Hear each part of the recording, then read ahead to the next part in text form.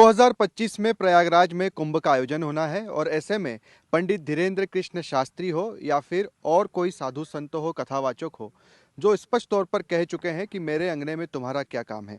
यानी कि कुंभ में मुस्लिम लोगों का काम नहीं है, वो वहाँ पर दुकान नहीं लगा सकते हैं। ऐसे में भोपाल में ही इज्तिमे का आयोजन होता है, हर साल से होता रहा है, 70 साल से ज़्यादा का समय है।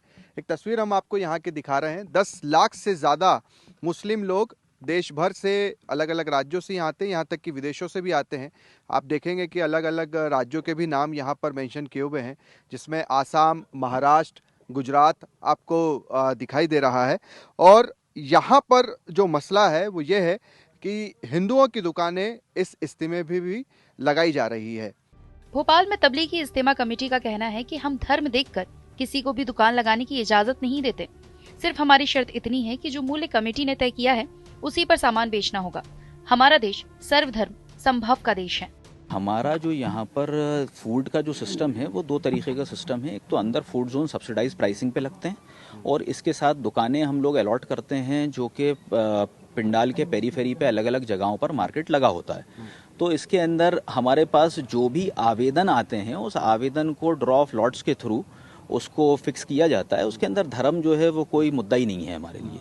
वो किसी भी धर्म का हो, कोई भी हो, इससे हमें कोई लेना देना नहीं है। हमारे कुछ सिंपल से पैमाने हैं कि एक तो एक हमारी प्रोडक्ट लिस्ट है, खाने पीने की चीज़ों की, उस टाइप के प्रोडक्ट्स रखें और ओवर प्राइसिंग करने की हम अनुमति नहीं प्रदान करते हैं। दूसरी चीज़ ये है कि क्वालिटी प्रोडक्ट होना चाहिए, ख़राब क्वालिटी का प्रोडक्ट नहीं होना चाहिए। प्रोडक्ट सही क्वालिटी का हो, सही प्राइसिंग में आप बेचिए।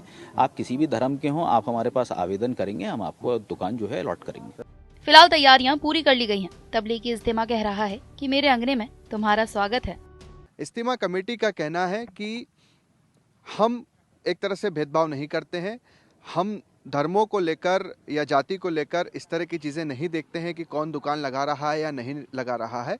हम एक टेंडर निकालते हैं और इज्तिमे में भी जो भी धर्म के लोग होते हैं, चाहे वो हिंदू हो, मुस्लिम हो, जैन हो, सिख हो, सभी अप्लाई करते हैं, एप्लीकेशन देते हैं और उसके बाद हमारी कुछ शर्तें होती है। वो शर्तें ये होती है कि जितने मूल्य पर जो चीज़ों की दर तय की गई है उसी पर ही उसका भुगतान करना होगा। यानी कि उदाहरण के तौर पर अगर 40 रुपये कोई चीज़ की दर तय की गई है तो उसे आप 400 रुपये में नहीं बेच सकते। ये कुछ शर्तें होती है।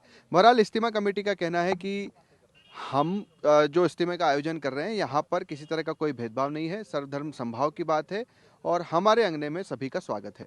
कैमरा पर्सन मुकेश के साथ शुभम गुप्ता, TV9 भारतवर्ष, भोपाल।